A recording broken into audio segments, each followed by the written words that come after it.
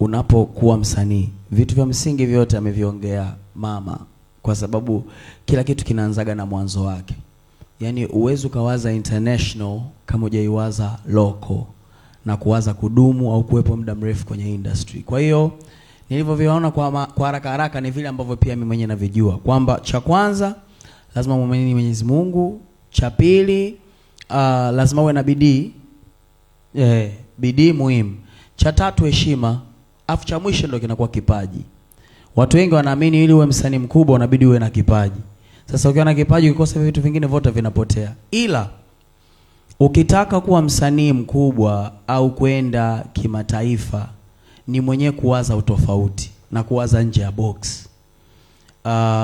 Unabidi uangalie ni kwa namna gani unaweza kushirikiana na wasanii tofauti kutoka sehemu tofauti. Kushirikiana na wasanii tofauti kwenda sehemu tofauti kutakusaidia kitu kimoja, kwamba kila sehemu ina fan base yake. Hii dunia kubwa sana. Ukiangalia Rwanda wana industry yao, Kenya wana industry yao, Tanzania wana industry yao. Ingawa kuna bahati moja, ukisha hit vizuri Tanzania, hizi nchi za East Africa unakuwa umehit pia. Ila ukae ukijua kwamba West wana industry yao, South wana industry yao. Ukitoka bara la Afrika, Asia wana industry yao, UK wana industry yao. Unapojiita global au unapotaka kwenda global means that unataka uiteke dunia nzima. It's possible. Inawezekana. Dunia sasa hivi kila kitu unakiona kwenye simu yako.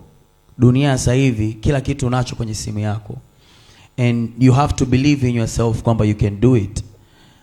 Mimi nilikuwa zamani nakaa na washikaji zangu nawaambia ndoto yangu mimi ni kuwaimbia wazungu kwenye uwanja, sio tu niende nje show, nifanye shot kwenye kiukumbi. Umeelewa? Sijui ndoto yangu nifanye kazi na wasanii wakubwa. Nilikuwa naiwaza ndoto yangu huku naihangaikia. Sasa watu wengi huwa wanakuwa na ndoto ambazo hawazihangaiki. Uko na simu yako hapo.